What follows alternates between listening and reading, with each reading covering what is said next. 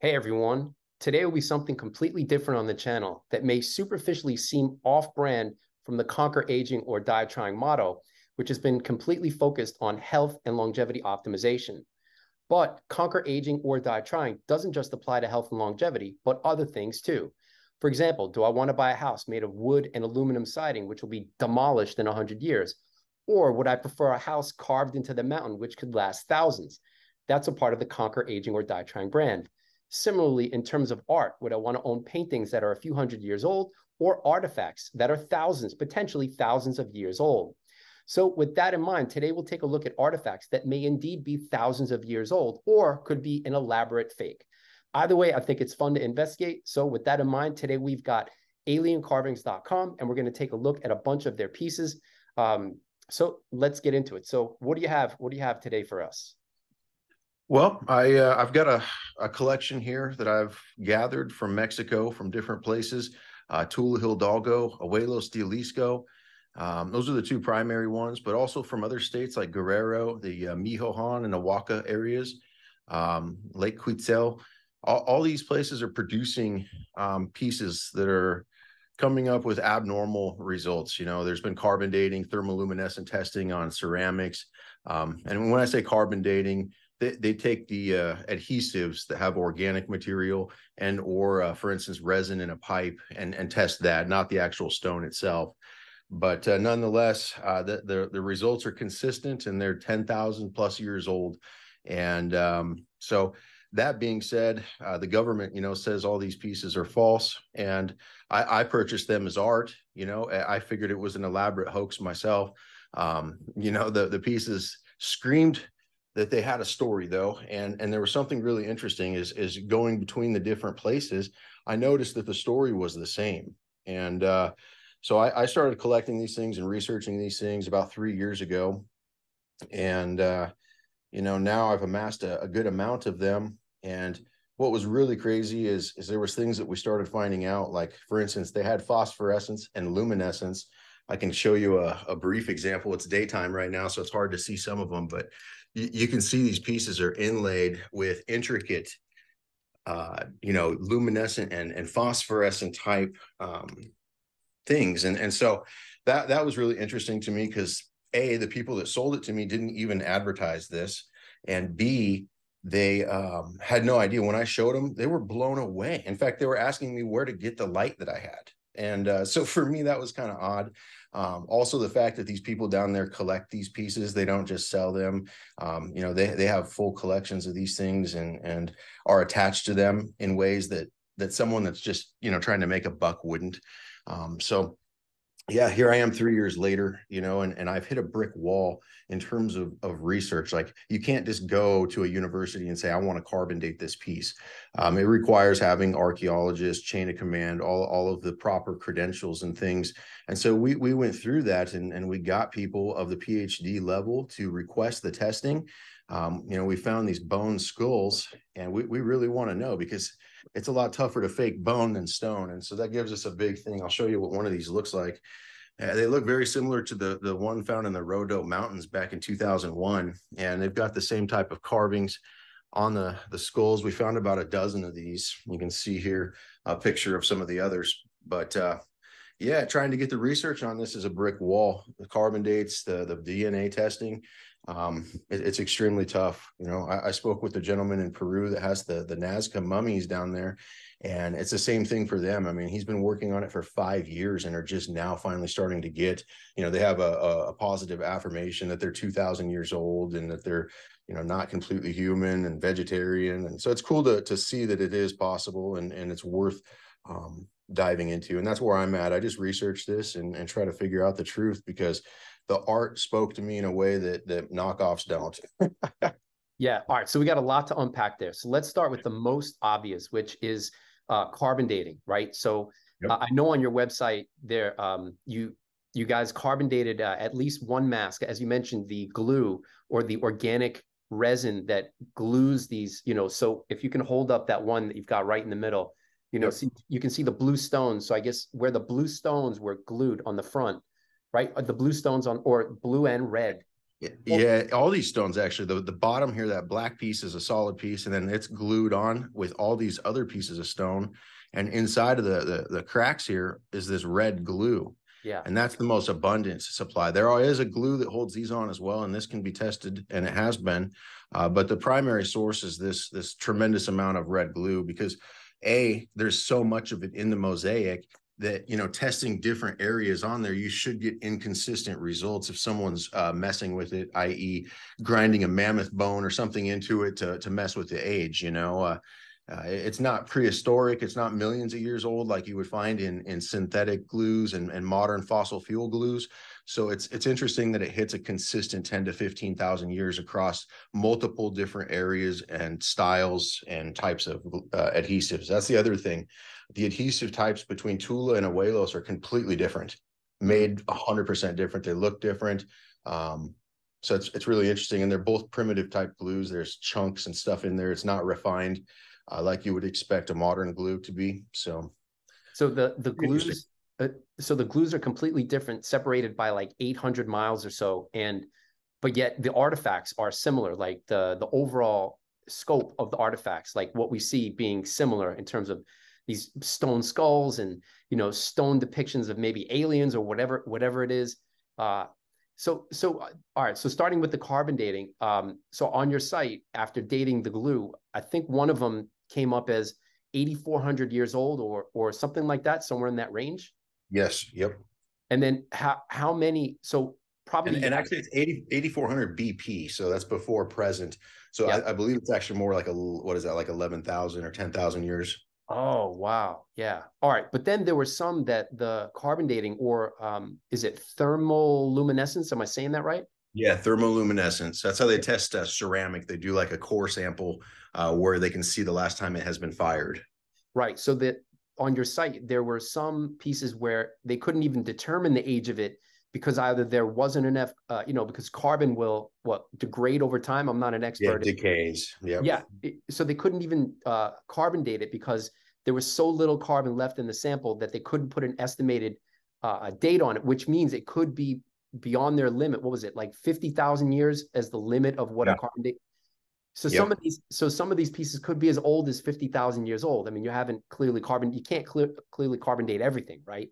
No, definitely not. I mean, I wish I could carbon date more stuff, but the universities just won't do it. They refuse. I mean, they say that, it could be unethically dug up. They don't want anything to do with that. Even private firms, it's just they don't want to touch it for some purpose. As soon as they figure out what it is, the people that tested the resin for the pipe, they called the owner of the lab, called Scott Woltar, who's a host of America Unearthed. He was the one that submitted the test. And they said, don't ever send us anything like this ever again. Yeah, it's crazy. Specific. I hate to say it's religion based, but I imagine some people it would destroy their worldview if this stuff was real, right? And older Well, a than lot what. of wars and stuff have happened over religion, and you can go back as far as to Babylon and Egypt. There's the Old Kingdom, the New Kingdom, and quite a few questionable things that occurred in terms of war. So I definitely think there's been something going on and pulling strings at this. And if you go back to the most ancient of ancient texts, you'll see that there's, uh, angelic type beings and this war of human souls and all these type of stories that could absolutely resonate with these pieces, if true.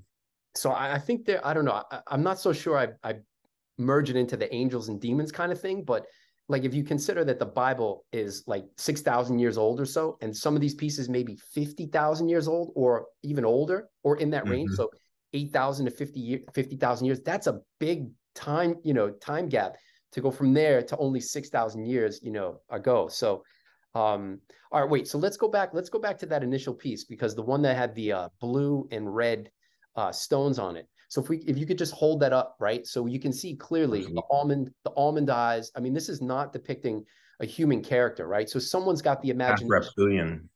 Ah, right. So it's reptilian on one side of the face and the other side isn't reptilian, right? Yep. Yeah. So even that, I mean, but then you've got the DNA, what we would interpret as probably DNA going down the middle, right? But so it's clearly something. Someone's either got a very vivid imagination to produce this, or maybe those things were around. I don't know. I don't know what the truth is. I have no idea, right? Because there are Here's the vivid part. say that again. I said, here's the vivid part. Ah, so wait, I can barely. I see. Wow, wow, wow. So you got DNA, you got something in a bubble, right? So Looks like a being or a human of some form, or a, it doesn't have the normal shape of a gray, the head wise. So it's kind of yeah, more humanistic looking. and Could be the creation of Adam, or the whole start of human in itself. This could be the pre-flood story, Atlantis type times. Who knows? Tula is really interesting. That the place that some of these pieces are found in Mexico, it's there's a story about where the Atlanteans washed up, and that was in Tula, and so it's just kind of the bizarre Atlantean. that goes to Mesoamerica, Yeah, and Teotihuacan, right, which is basically in Mexico, right? That was the city of the gods. Who's to say? Well, I don't know. Yep. Again, there are people who are going to roast me and think I've lost my mind. But the fact is, maybe some of this or all of it is real, right? Maybe what was interpreted as gods was just an advanced civilization that either lived here before or came here. And Yeah. many, even that right there. I mean, I'm clearly not a stonemason, and if there are any people who work with stone, please leave a comment. But the ability to chisel this so precisely in 3D, I mean, it's just amazing. It just blows my mind. I've never seen anything like this. Yeah, me neither. It's just there's true beauty in it, and like you said earlier, it's a vivid imagination, and to that if only 1% of these pieces are legitimate, it still tells a large part of a story that we're missing. And so the reason of research for me is dramatic, even if it's 1%. There's things like this though, that are found in Iraq and Sumerian descended areas that are called astrolabes, and these are pretty complex to make, and these carry a pretty general form of the night sky. So being able to translate this is not extremely complicated. Then you can plug in the coordinates and the North Star location and all that to a supercomputer and get a date of when that was the last time that it happened like that in the sky. And there's numerous of these. I mean, I've got, I think 10 of them total, and they all have different depictions. And this one here has a ton of writing on it. And it was found with this piece. And it's like, I don't know if it's like additional data from the sky, but I mean, it seems fairly complex in terms of just someone making a, elaborate hoax. So same with on the back of this one. It's got a fair amount of, it almost looks like cuneiform, but it's not. It's like a proto-cuneiform. There are proto-cuneiform pieces that have been found that are, multiple different iterations, and it seems like it dates back till the very beginning. And what's funny is even, symbols like this Masonic symbol is found in Sumeria like 5,000 years ago, like way before the Masons were even thought of. So it's kind of interesting to see those symbols carry through.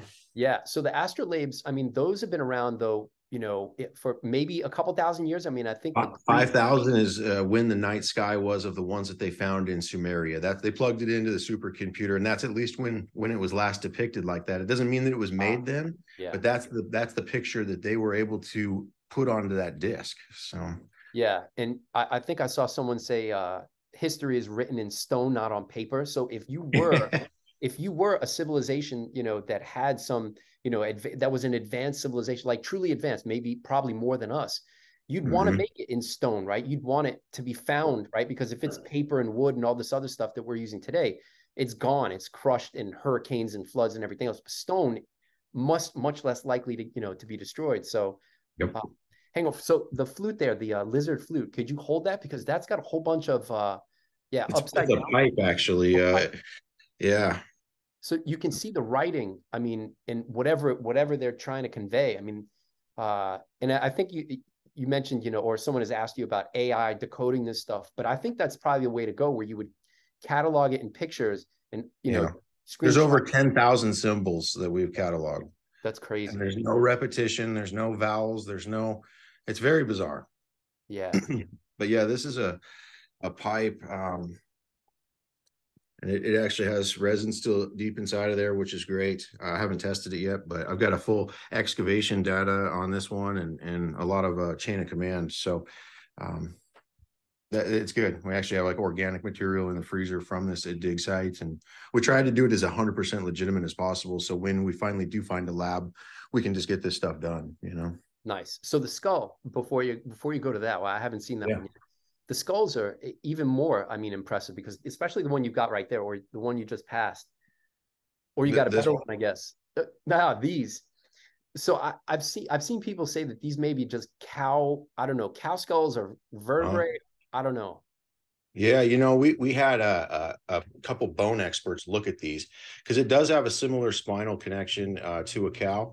There are some similarities to a cow, but this is, you know, obviously a cow skull is going to come out here, and the cow skull would have to be heavily modified with saws and paw, you know, all this stuff to get it. And both the bone experts said that when they examined these pieces, that this bone right here, if you were to cut a cow skull open to keep this intact, is near impossible. They'd never seen it before on any of the specimens. And they said that if the bone was intact, it would be so fragile that you couldn't go like this. This is super, super hard. And the bone density and mass of this specimen is not that of a cow. So they say it has some relation to a cow in terms of the way it is, but it's not. And so that being said, I find it interesting that, you know, we hear of all these cattle mutilations from UFOs and they take out the organs. Maybe they're harvesting the organs because they're closely related. Hmm. So it's different too about those, if they are skulls, is that you said that they're bone and that they're not stone. So you've got the stone skulls, and then you've got whatever those are as, I guess, bone skulls, right? Yes, exactly. Yeah. So if you know, I hate to bring it to the longevity idea, but if you were a long-lived society, and I don't mean like 100 years, but whatever, something longer than that, and if you wanted people to find your artifacts and know about your culture, Yeah. they're not going to find bones in the ground, well, with the exception of what we just saw, right? But so you'd want someone to find your replicas, and maybe these are replicas of their skulls, only in stone form, right? So, and again, I don't know if that's true, but um, yeah, the handbags is also another thing, right? So depicted so many megalithic structures, right? And here you've got a stone. Can you just hold it up so people can see how heavy Yeah. that is? Yeah, I mean, 10, 15 pounds. What do you think? 20 pounds? I'm going to say probably 15, 12 to 15 pounds. Yeah. And Yeah. it's a calcite dominant stone. That's why it's like that. It glows red phosphorescently, and then it has all the luminescent detail on it. But same with this one. This one actually shattered during shipment, unfortunately. But you can see it's a full crystal all the way through the piece. You know. And then are the handbag stones, or all of these stones, are they found in Ojuelos or in Tula? Tula Hidalgo and Abuelo Stilisco both. I've got bags from both. Yep.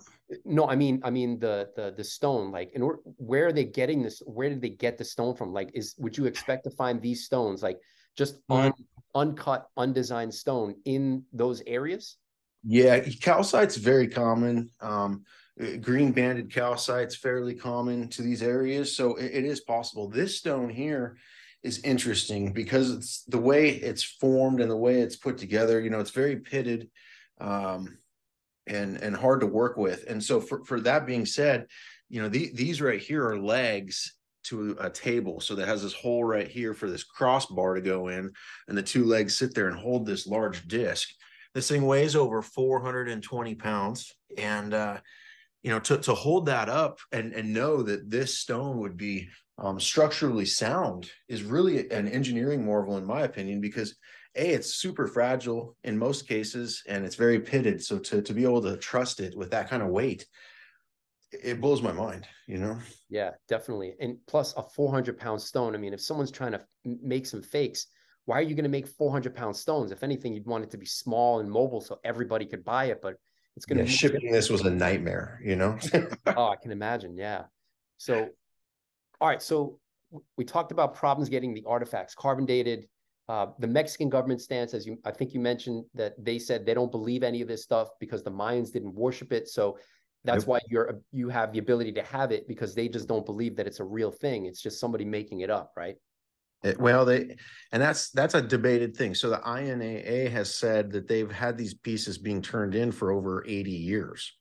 And but they don't have a place for them in history. So they do have a large amount of these pieces, is what they said, but they don't have anywhere to display them in the museum because it doesn't fit into history. So and they don't have a way to validate that it's real. It's very sketchy because they do have ways to validate it, but they're not enacting them. Yeah. I mean, if it's gonna, if it's gonna disrupt history and people have, invested their worldview in history, it's just hard for people to change. But It seems like disclosure is something that is being collaboratively done at a proper speed and time. Like it's not something that they're allowing to slip up very easily. That's for sure. Yeah. So just going back to that stone skull right there on just to the left, the mosaic. Yeah. Yep. So just to illustrate, all of those different colors, those are smaller stones that were glued together to make this large stone head, right? Yep. Yeah. So even that too, I mean, what, like a 10-pound or so? I mean, what are we looking at there? Yeah, about 10 pounds on this piece. It's very heavy. So, when you look at like the megalithic structures that are all over the world, and then, potentially older civilizations or younger civilizations that try to imitate it and either build on top of it or build to the sides of it. And you can see differences in workmanship where the oldest megalithic structures, like for example, in Peru, were just, basically the megalithic stones are so perfectly jointed. Oh, yeah. Yeah. So there was a level of precision that was involved there that later generations couldn't replicate. And you can clearly see the difference. I mean, it looks like baboons trying to imitate, some highly advanced culture did. So they basically, for that stone skull there, I mean, it's gluing individual, it's making those individual little stone pieces and then gluing them together. And you look at it and it looks from, I'm not the, trained eye, but from, the untrained eye mind, it looks flawless. It doesn't look like some primitive baboon made it, right? So No. impressive. Yeah, you got to think too that they have to glue all this together, and you can't just put all the pieces and put the glue in and just expect it to set. Like it has to be done like a section at a time, right? And then they have to sand it all and then carve on top of it. What if you make a mistake when you're carving on top? Then the whole mosaic's ruined. I mean, it's ridiculous to carve on a mosaic like that, to be honest. Definitely. All right. So you mentioned that they've been turned in for about 80 years. So, and I think in one of your videos, you mentioned plasma cutters. So the engraving that is on some of these stones is so precise that one potential option is that a plasma cutter was used. So I looked up when plasma cutters, that's super cool too, but hang on. So I looked up when plasma cutters were invented and it was 1950. So, I mean, plasma cutters have been around for 70 years, so that they've been turned in 80 years. So 10 years before plasma cutters were even invented. I mean, it kind of tells me that, or what was using that level of precision to carve into these things. So like this stone here is so smooth to the touch. Yeah. You would not, like, if you were blind and you were feeling this, there's no way you would guess that this has a mural on it. Yeah. You So know, what kind of stone even is that it's green? I mean, it's that, green banded calcite. so they were able to take calcite, which is naturally white, and somehow make it green? No. There's green banded calcite out there. Yep. But you've got to get a big enough common chunk. stone. But yeah, it's not super common in this quality. The replicas we've seen, because they've replicated these green stones, the carvings don't look the same. It's easy to spot the symmetry and whatnot. But needless to say, the specimen itself is nowhere near the saturation and the quality. Like some of these pieces I have are extremely saturated. This one here is over, it's close to 200 pounds. Yeah. And this is very, very big. And then even the eyes there, I think you mentioned that that's gold leaf, or it's real, I don't know, 18, 24 karat gold, whatever it is. Well, no, that's the peculiar part. So for instance, like on this bracelet, there's all these different places with gold. When you take an XRF scanner and scan the alloy, it's not consistent. First of all, there's no purity at all. It's between 12 and some of them are 10, some of it's 15 karat. Some of it has silver in it, some of it has copper in it, some of it has even rhodium. It's all unrefined, 100%. Wow. And then I think you mentioned too that radium was found in some of the gold samples. So why is that Rhodium. Yeah, rhodium? rhodium. Rhodium is it's like platinum, but much more rare. It's I think it's like 3 or 4 times the cost of gold. So to find rhodium in a gold sample is just extremely rare. So was it purposefully put into the gold, or No, no, you'll find it just like platinum. When you're refining gold or when you're finding gold, you'll see that there's traces of other elements, and so it's not completely uncommon to have, you know, that. But in modern gold, like if I was to go buy leaf off of, you know, the web or something like that, it's all going to be 24 karat, so they can weigh it out properly and get you the correct amount. And you're not going to find the variance there, let alone unrefined with other metals, because it's not going to make as quality of a product in the end. And people want quality products if they're going to be using gold on it. So it's weird. So whoever made these pieces had to tap that gold out themselves, and it's not just on a couple pieces. This is across dozens and dozens of pieces. Even on like this armadillo here, his eyes are gold. Wow. You can see it's not a very high purity. I think this one was only like 9 carats, but still, it's gold, you know. Yeah. All right. So let's take a look at that mask that you have in the case, the Yeah, alien mask. Because this one too, it's got writing all over it. It's a mosaic. yep. It's a And pipe. pipe. Wow. I mean, that's just crazy. What's on the back? You know, you got to go slow with this sort of stuff. Yeah. Also heavy, right? I mean, that's another what, 10 pound or something? No, this actually is only, it's actually meant to hold up to your face and smoke out of. So it's probably only 3 pounds. That's Um, crazy. If there were aliens 10,000 years ago, they're blazing the green or whatever they were smoking. well, it was tobacco, is what we found in the resin samples, at least. It was majority tobacco and maybe some other roots and stuff, but no cannabis, no ayahuasca or any of the vines that contain that sort of stuff. So yeah, that was obviously the question for me, because some of this stuff is it's borderline psychedelic looking, you know. Yeah. And the saucers are even, I mean, more impressive. Like, I mean, you've got that, which is a disc, but yeah, you've got a saucer there, Yep. classic saucer shape. This one blows my mind here. I mean, this is your typical abduction scene right here. There's like a lady with this helmet on, and 2 guys standing over the top of her in a saucer. Wow. Crazy. I never thought about it like that. I just thought it was a person in the middle. But it could be, I guess, abduction, right? I Because don't know. I mean, it's weird. I've never seen a helmet like that depicted on any other piece, and the fact that her genitalia is depicted is interesting. Of why they would go through that extent, unless it was of significance, you know. yeah. And then the step pyramid. I mean, Yep. the stone balls too. Like, so uh, clearly I don't know the difficulty in making a stone ball, a spherical ball, but can you just grab that ball and just Yeah. I mean, there's got to be some level of difficulty in making these things where, it's I even have one. You asked me to grab it, but I unfortunately could not grab it. It was way too deep. I have a lot of stuff in safes and things, but one of them's a full mosaic ball like this, and that's the crazy one to me, because to create a sphere out of stone isn't easy. Out of mosaic is just ridiculous, you know. yeah. And then in the back, we can see they had rings, stone rings. And then you've mentioned that there, I mean, that one looks like a small stone ring, but there are super large stone rings and super large pendants, like, Yeah, very large. Here, I'll show you this one. This one's crazy. It's absolutely very large. I'll put it next to this bottle here. You can see. yeah.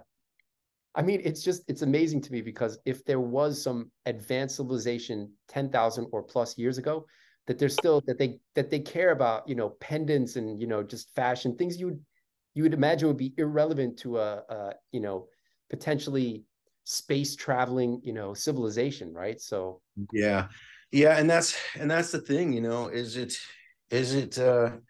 exactly that, or was this more of what the Anunnaki story talks about? I mean, are these grays the Ajiji or previous races that inhabited here before Enlil's, you know, spaz? I don't know, but if you read those stories, um, there's definitely something to it. I don't take it word for word in terms of the translations, but there's definitely a core there that seems to be really relevant to the Book of Enoch.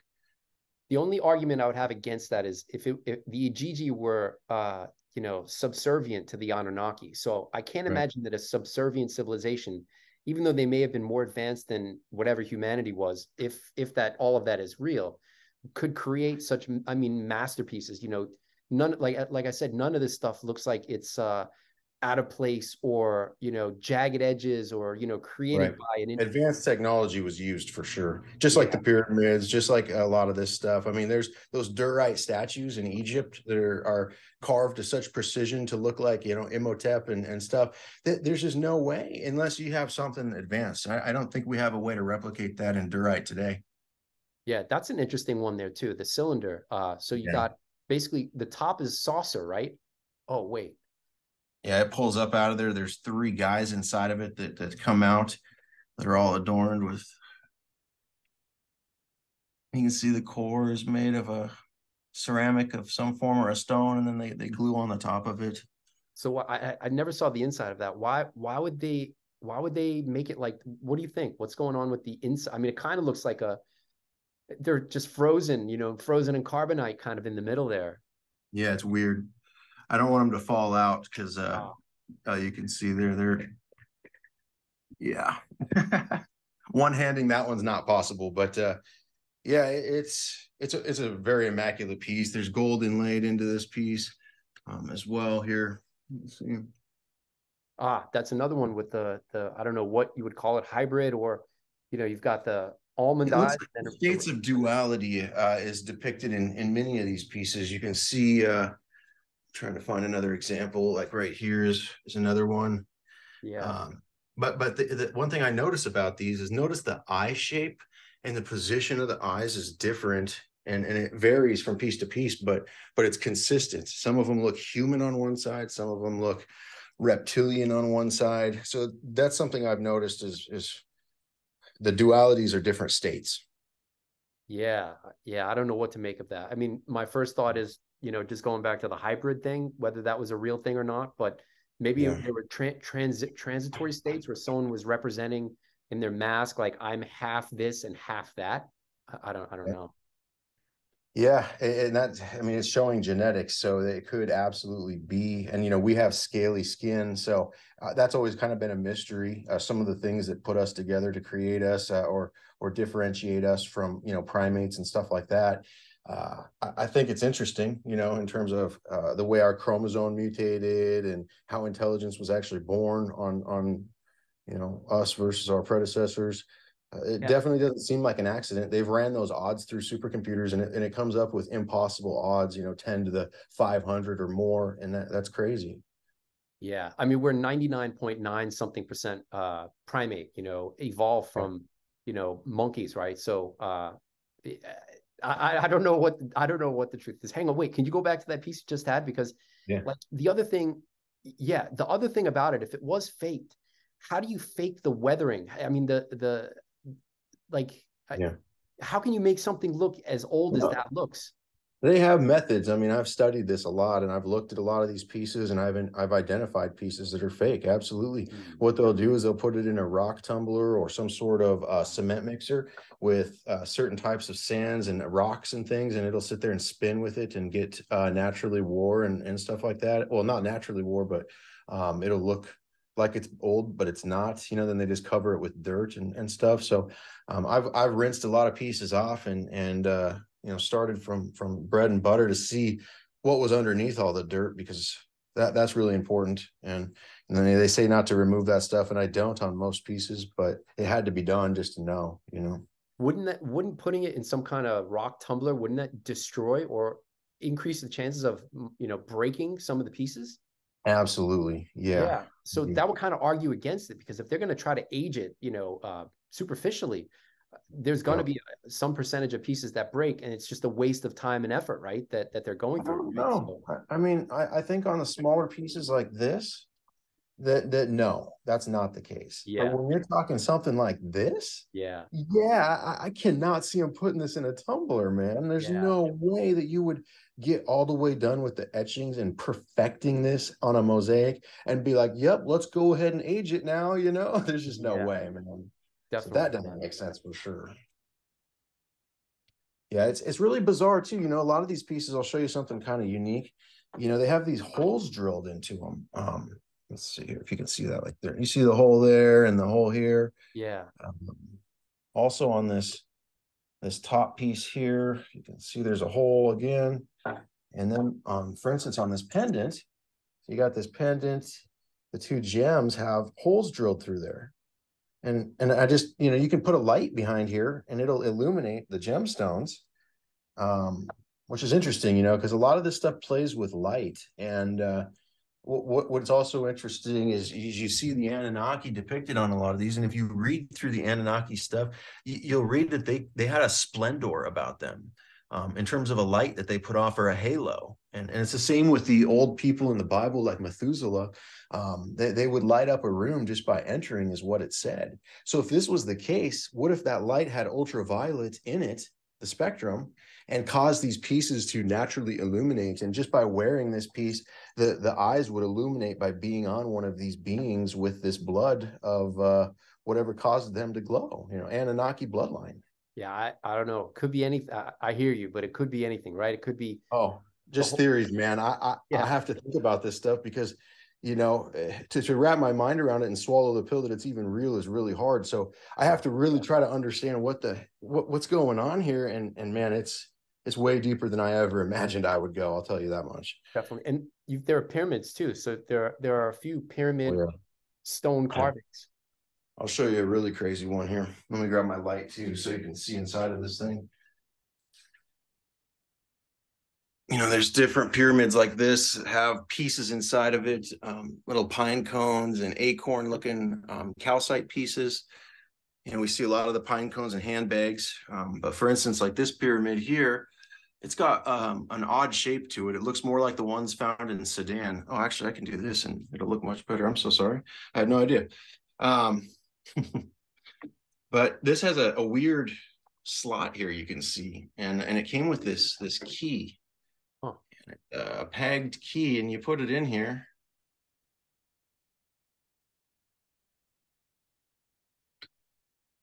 and it'll allow you to push this little pin up, and so you can see this block is now locked in here.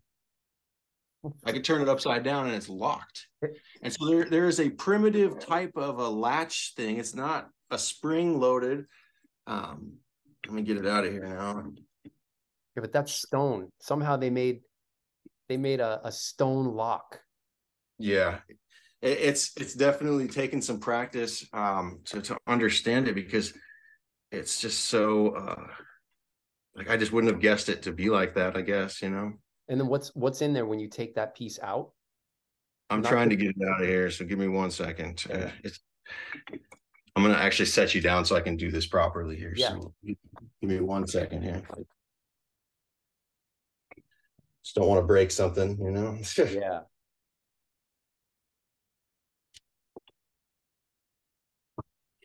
I mean, you basically have it like the Museum of Alien Carvings. It's great. Yeah, I mean, it's turned into that. It's absolutely crazy. You know, we got close to 600 pieces now, or a little over 600 pieces. I got it out. So you can see here inside the hole, I got my light. I'll show you. It's full of carvings, which is incredible. Yeah. They've got this primitive lock system. You see the notch there. Behind the notch, there's a little peg. You can barely see it. That's how I didn't notice it. But that's what the key pushes in, and it pops out. And you just use the gravity of the piece to have it lock it in there, and a whole bunch turn it on its side. And a whole bunch of engravings on the inside. I think I see a DNA on the top. DNA in there, and aliens in there, as well as language. And it's all illuminated too. It's been inlaid with the glowing in there as well. And in the piece here, see, it almost reminds me of the stuff on The Fifth Element, you know, those blocks that they were chasing around the universe or whatever, old movie from the 90s. But yeah, it's interesting to see some of the sci-fi and some of the things that just made me really scratch my head, because first of all, you know, I got this piece from the Miho Han, and I thought for sure I had him. I'm like, this is fake for sure. Look at this. Okay. It looks like the Xenomorph. And I'm like, yeah, that's BS, you know? Yeah. And then Gen 6 Productions is down in Tula, Hidalgo, a place that's like 600 miles away. And they got full coverage, dig videos start to finish of this coming out of the ground. And I don't know if you saw a recent post, but I mean, there's a full cave system and there's aliens on the walls. And so it's really hard for me now to be like, what the heck? What is this real? Are there really xenomorphs? I mean, it blows my mind to even question that, Yeah. This opens a whole world of like, if it's real, did they come here? Did they live here? Did they evolve here?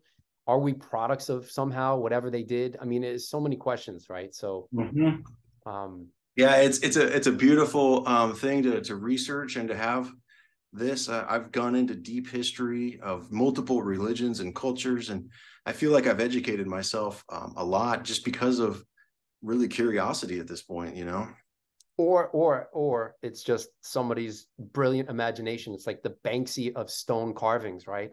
Yeah, and if that's the case, I want to shake this person's hand so bad because they got me, and they got it so good, and they were so correct that they're a genius. I mean, they really are. They deserve to be credited.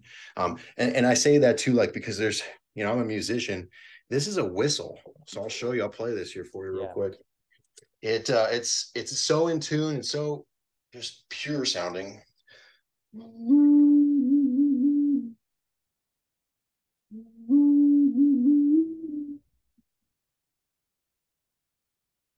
But you put that to a tuner and it's right on the money. So to tune a stone skull that weighs 30 pounds, just nuts, So you're saying from your musical background, that's tuned what musical? Yeah, I ran it through a guitar tuner, and it's right on the notes of I think C, D, and F or something like that, if I remember right. It's crazy. So some of the pictures depict beings like blowing into the air, and I don't know if that's them singing or maybe it's the flute frequency. I don't know. It's a great question. There's quite a bit of it in Abuelos, especially more so than Tula that I'd seen. However, in this cave system that I just mentioned, there's actually a depiction of one of the aliens blowing out the thing that you're speaking of. I'm trying to find a depiction of it here real quick so we can put it together. Too many pieces. Actually, I think there's one on this maybe. No. But yeah, it's super interesting. I mean, you take a piece like this, all these little circles around here are all individually cut and laid in there with heads and different symbols on them. And then on the back, they're all drilled. And so if you lay this up to a light, you can see here, they light. I mean, this isn't the best light, but you can see the light through and these things illuminate.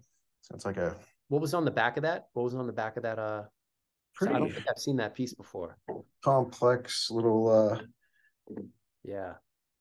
piece. It's got this scale here. It seems like a scale maybe, but bizarre looking. I don't know.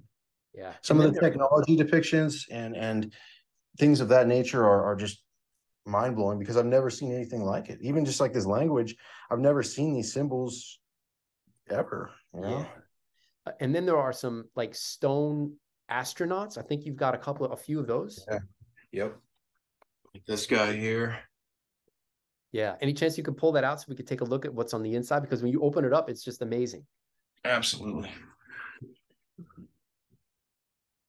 I mean, it's like stone carvings for kids. Like if you had kids and you had these little, toys. I mean, it's like stone toys. I mean, it's just like, again, it's either brilliant or just, whatever. I mean,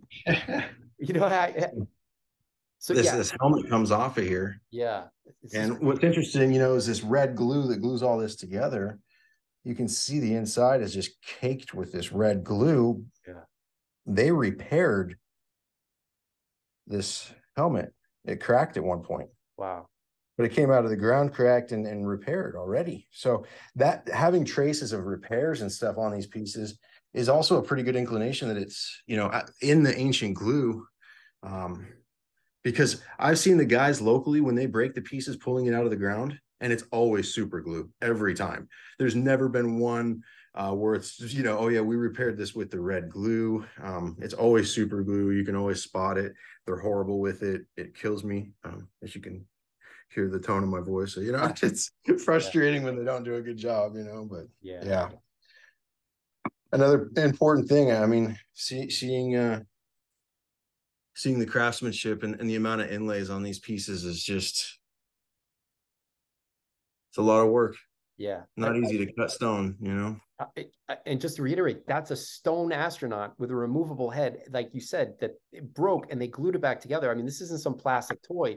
This is completely carved out of stone. I mean, it's just amazing.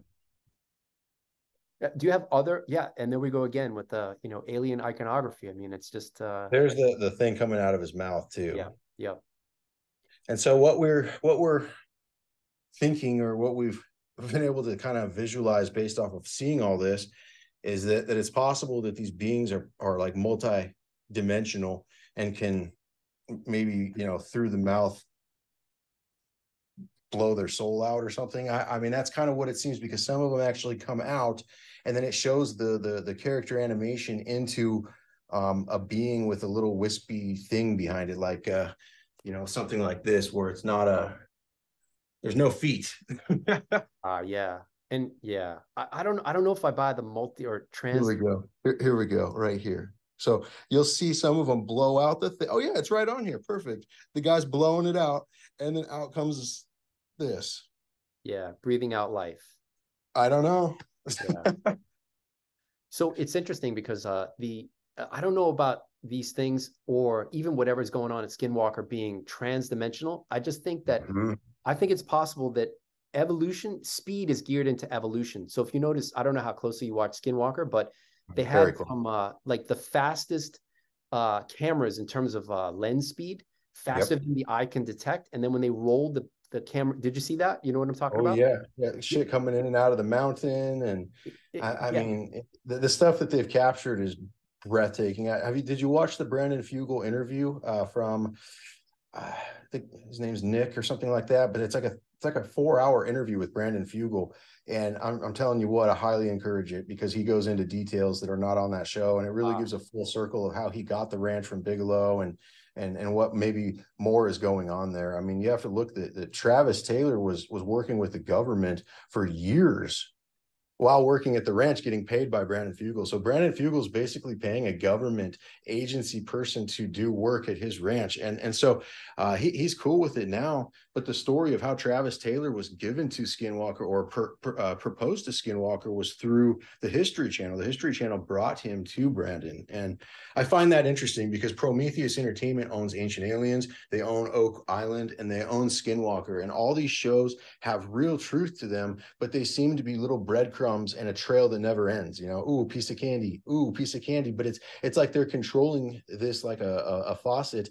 and they're not giving out the conclusive research. And I know this because I've contacted so many people from Ancient Aliens and talked with Linda Moulton Howe for 6 months and stuff regarding this topic, and they know all about it, but it's completely lip sealed. And my point is if you're a ufologist and this is your passion, and you've put 50 years into this, why wouldn't you try to disprove something like this that's making your subject and your passion look foolish in reality? Because this, if it's fake, is just hurting the alien community. You know what I mean? Yeah. Well, I think it's easier said than done to try to. You'd need people with specific expertise to try to disprove this stuff, like geologists. And we've got them. We've got geologists, forensic geologists. We've got PhD bone experts. We've got all kinds of people that have the proper degrees. And Scott Woltor specifically has submit and been told no by like 14 or 15 different labs. Yeah, but I think Travis is. I don't think Travis is a legit scientist. Now the whole entertainment versus research. He's a legit scientist. I place zero doubt on the stuff he's doing there. But in terms of what I was going to say about Skinwalker, in terms of cameras that have a lens, the lens speed that's way faster than the human eye. So I wonder if there's some aspect of evolution where highly advanced civilizations, they're not, whether it's their eye, their ability. First of all, our senses can only detect, we evolved to detect things just for survival. So who's to say a million years from now, whatever humans can evolve into won't be designed for speed, right? So Uh-huh. And, so our primitive senses maybe can't detect what the full nature of reality is. So it goes back to transdimensional versus just a highly advanced civilization, maybe millions of years into the future in terms of evolution of their species, just evolving to the point of speed where, what we perceive as a glimpse in time in a millisecond, to them, Yep. anyway. Yeah, it's just like the James Webb being able to see beyond the Big Bang. I mean, it's all about how much or how far you can look, and seeing that there's something before that is really relevant. Yeah. So what do you got here? I see the saucer. I see the. Yeah, this was it's a really interesting piece. This piece has been out of the ground for over 10 years, documented wise, and it's um, it just, it's obviously this large mothership looking thing. It's quite the piece. It's got the stepped pyramid on there. The depictions are pretty amazing. But yeah, this back piece is why I brought it out, just because it's got a lot of this spaceship with what almost looks like planets or this looks like the moon almost, maybe. It's got big craters. I mean, spaceships pushing it with a beam or something. I mean, or did they put the moon in position? Is that what Oh, this is wow. depicting? Because you've got Saturn here. It's Ah, very interesting. It's almost like they're rearranging our solar system or something. You know what I yeah. mean? Yeah. So I thought about that Saturn iconography, but I imagined that the universe is filled with planets that have rings that we would interpret as Saturn, but maybe where they come from, that's their no. I don't know. It could be anything. Well, I would say that too. However, I have documented multiple pieces that show specifically well, here, I'll show you one right now. Yeah. um, that you just can't argue it, because it's got Jupiter's gas little rings on there. And I mean, this is definitely what we got going on here. Yeah. So that's a man. I mean, you got a person, right? It's a person. What are they juggling? Planets? I don't know, man. Yeah. Your guess is as good as mine here. I have a million guesses, but it's definitely, like you said earlier, it's one hell of an imagination, regardless. I And mean, then, it's yeah, definitely. And so these things give off electromagnetic radiation, or yeah, electromagnetic yeah. frequency, right? So, Mm-hmm. yeah, cool. The tri-field. Yeah. So I was thinking, like, have you considered cataloging, so I don't know, what spectrum are you in right now? This is just the electromagnetic frequencies on a standard level. So maybe there's a way to catalog it based on their EMF emission. What's odd is it changes. It You can take, changes all the time. Like sometimes they'll pop up really, like right now, this is way higher than it was last night when I did this. wow. 180 is really high for, wow. So Yeah, what, it's bizarre. I have no explanation on this. There's no real scientific merit of what's going on here. But I seen it on Skinwalker Ranch that they were getting odd readings, and so I bought a spectrum monitor. I bought the tri-field meter. I got a Geiger counter just to make sure there was nothing radioactive, considering it all glowed green. And we're clear there. But yeah, no real idea what it means that they produce this energy, but it is consistent. I've had numerous collectors test it. I've tested it outside.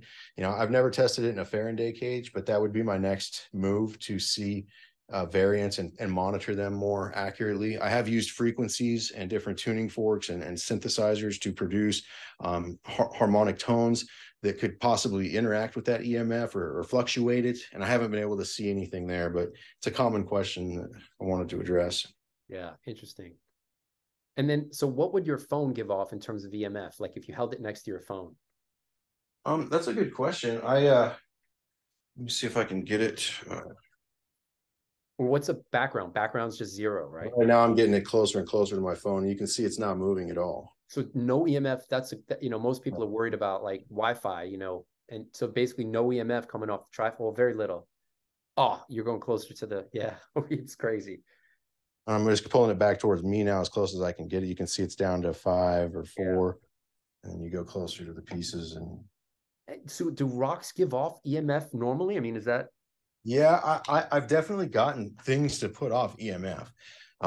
So that's why I say I don't have a scientific explanation on this specifically, but what I can tell you is that the consistency and how you can move 2 inches right to left. Like if I touch the scanner here, it doesn't show anything. But if I go just inches from one to another, you can see the dramatic difference, like I was just showing. So Yeah. the fact that it spikes up above 100, and the fact that it's that, you know, consistent to the piece, that's the part that definitely are peculiar, I think. So it makes me think maybe it thinks so maybe it's the organization of the pieces. So if you align certain pieces next to others, they'll have a different EMF that they give off individually. That's definitely possible. Yeah, Yeah. I was thinking that, you know, it could be something to do with planetary magnetic field energy as well. Mm. You know what I'm saying? Like the planet's magnetic field's always changing, so it could very well have to do with if we're getting hit with solar flare. Who knows, right? Yeah. But like this piece here, for instance, it shows this guy with this pendulum, and I found numerous pendulums, and I found numerous depictions of them. And what's really crazy is there's a guy that I interviewed in Abuelo Stilisco when I first started, before I ever seen any of these pendulums.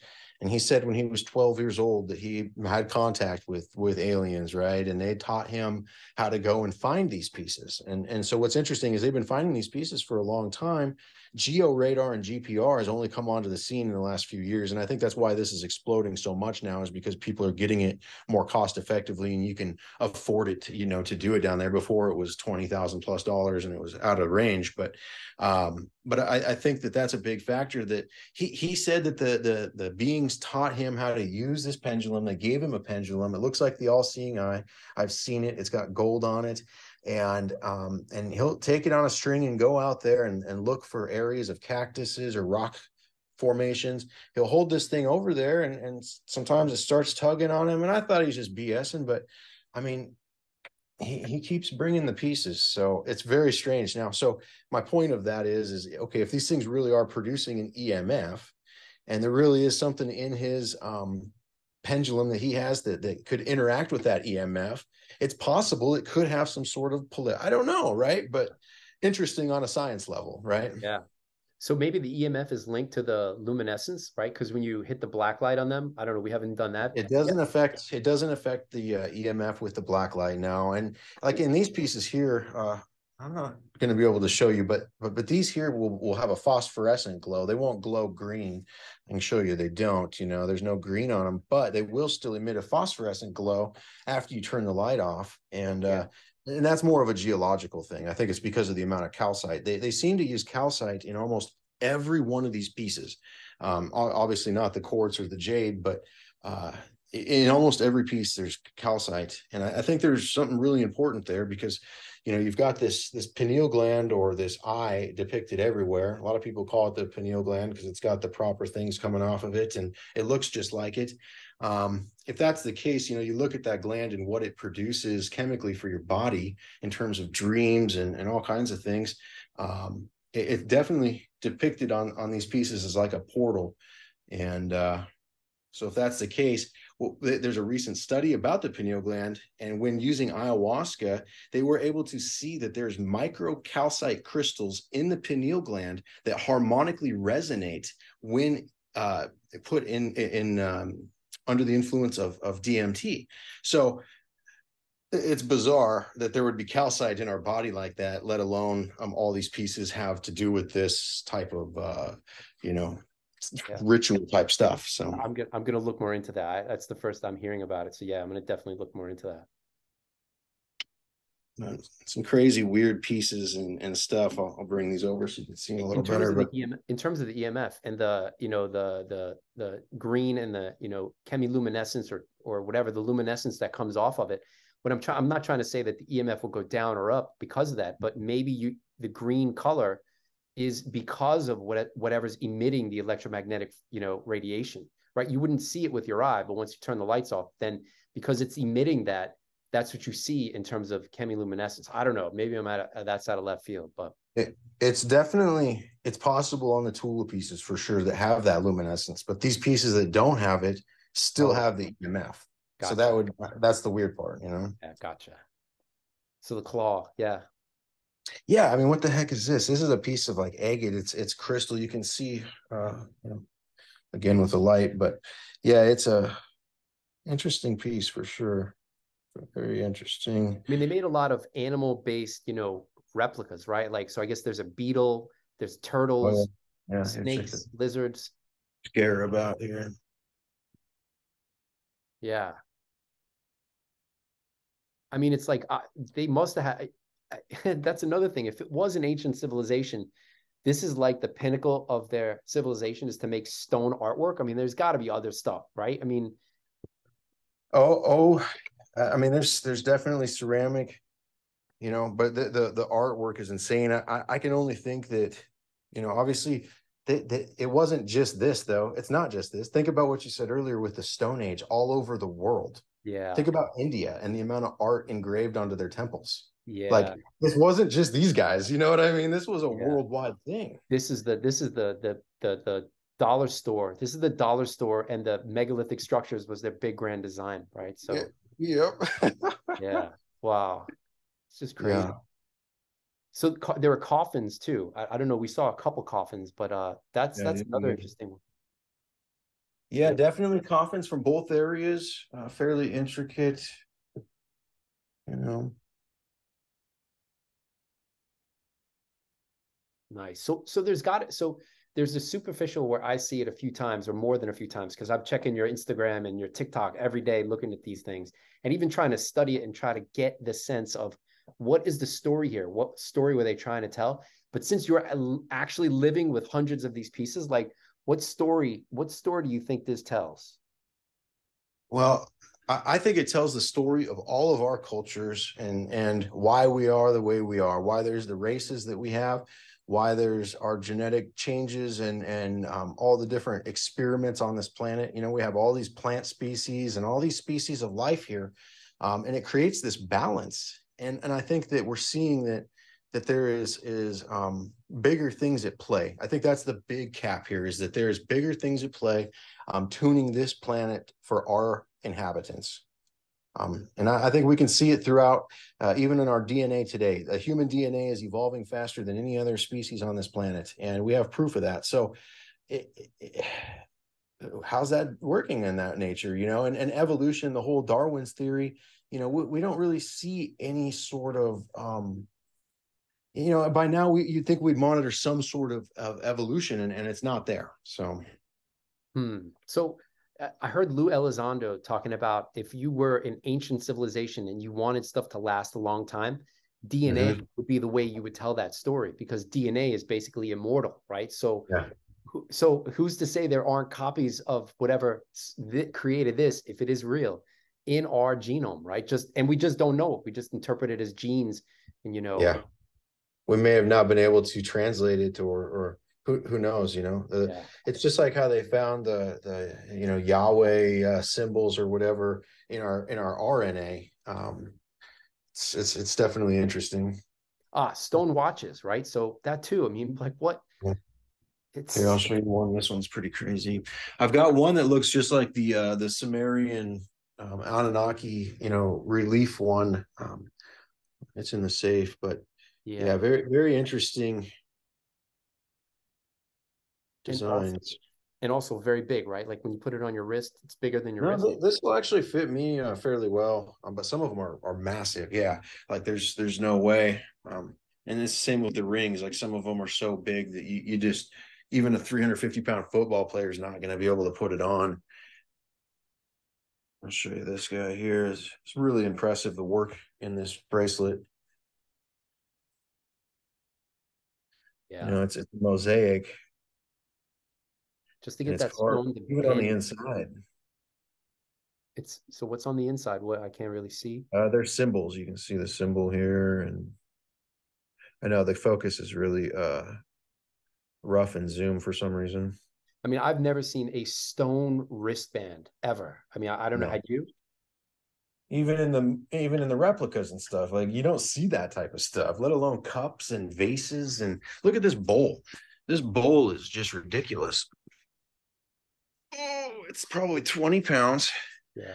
And it's got metal. You can see these metal inlays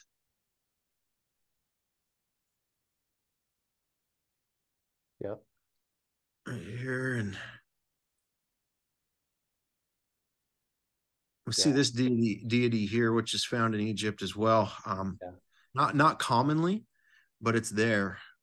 So And that's, also we see a lot of Egyptian symbols. Like you asked earlier, have you been able to translate anything? And so symbolically, yes, like on some of these pieces here, like this is really symbolic in my opinion.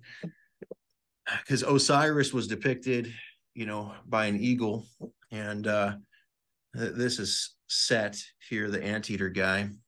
But on the back of this, you have the all-seeing eye, which is like the primordial god. And then you have the two serpents that are angels down below here.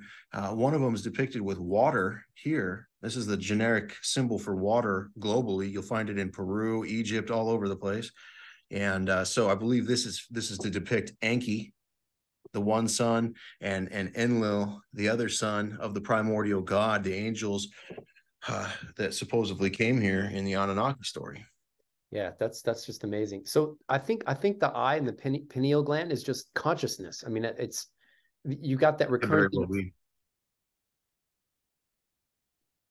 Yeah, and Yeah. then the Ankh being the symbol of life. So you've got the symbol of life, you've got consciousness, you've got DNA, all things that are pretty common. What's that?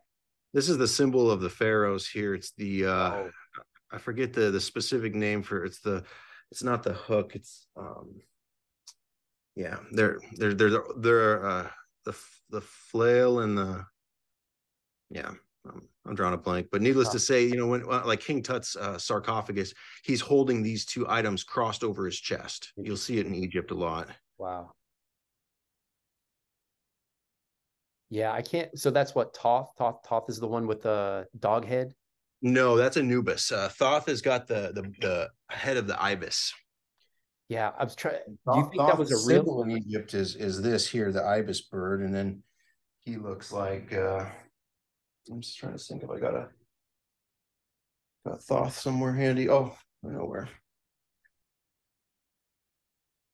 That giant skull? My gosh.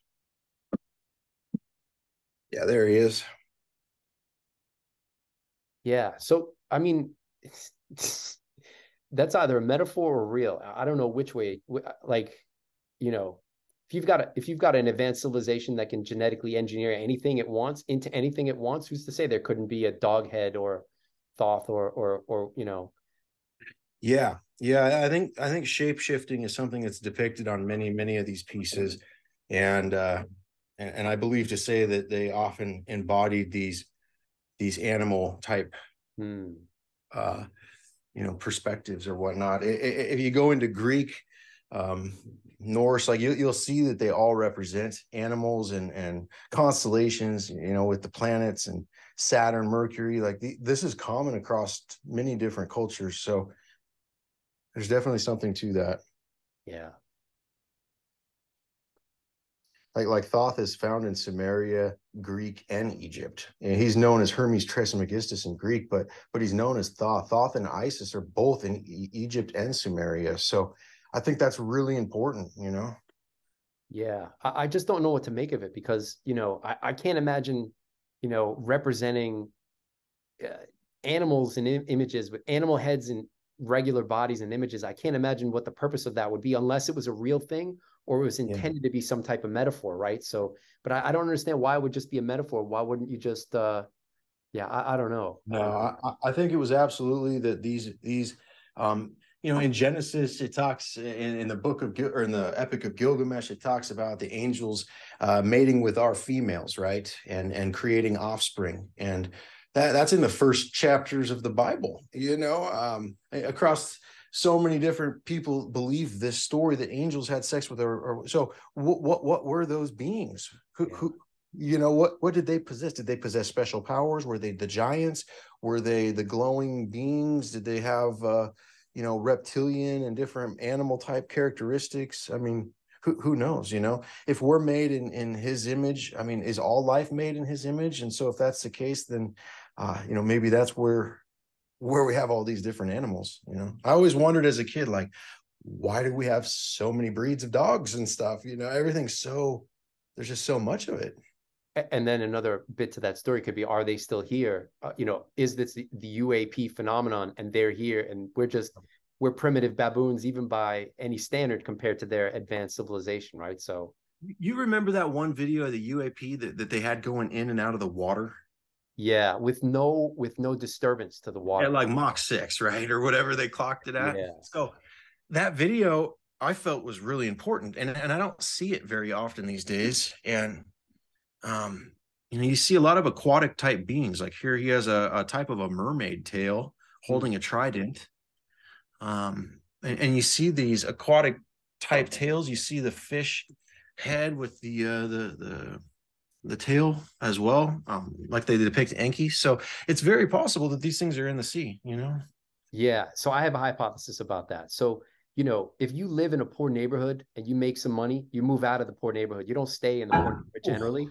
So why couldn't it also be true from an advanced civilization scale? If we're primitive baboons just shooting spears at each other, why would you want to live around that? You want to live away from the primitive idiots who are blowing themselves up with missiles every day, right? So if you're deep in the sea, and again, I don't know if it's true or not, but if you're deep in the sea, who's going to come bother you unless you can actually go in the sea to visit, right? So Exactly. It's just like Antarctica. There's a lot of hypothesis that there's stuff going on down there. The Nazis were real interested in it.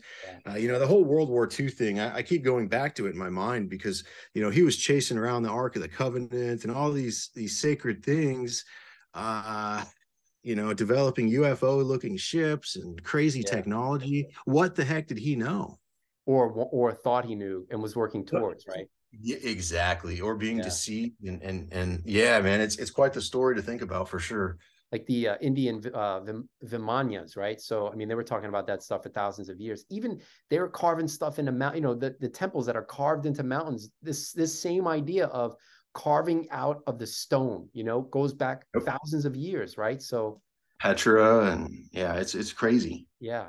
Turkey, I mean, even when I see Gobekli Tepe, to me that looks primitive, and that's 12,000 years old compared to this stuff. And the Peru and even the one that's near Singapore that was in Graham Hancock's movie, the Non-Madal, or maybe I'm saying it wrong. Yes. It could be up to 60,000 years old when they, were doing the carbon dating deep into that thing. So, yeah. Yeah, I think there's definitely something to that. And I mean, time will tell. Yeah. All right. So good stuff. So aliencarvings.com, you're on TikTok, you're on Instagram. Anything we didn't cover that you want to put out there? No, I think we definitely got a good cover. Cool. All right. I want to say thanks and then your name, but I know you want to stay anonymous. So thanks, Alien Carvings. I stay anonymous for now. They keep talking about this congressional thing. That's something we didn't talk about, but I've got a 2-year-old and a family, and this is a side thing for me. I research this purely out of hobby and passion. So it's all independent, and I'm not trying to bark up the wrong tree or anything like that. And so right now it seems like there's a quite the cover up, and if that's the case, and this stuff really is real, I want to proceed with caution until Congress grants this immunity for people to be able to talk about this. There's a reason the people from Area 51 and all these different programs are silenced. And so until we can do it safely, I'll probably stay quiet. Makes sense. I don't blame you. I have a daughter too, so I totally get it. Yeah. So got to stay safe. It's absolutely. We try to anyways. I mean, I can't let it go though. My gut tells me to push forward with it. And so here we go. We appreciate it. So thanks, aliencarvings.com, and see you later. All right. Ciao. Yep. Have a good day.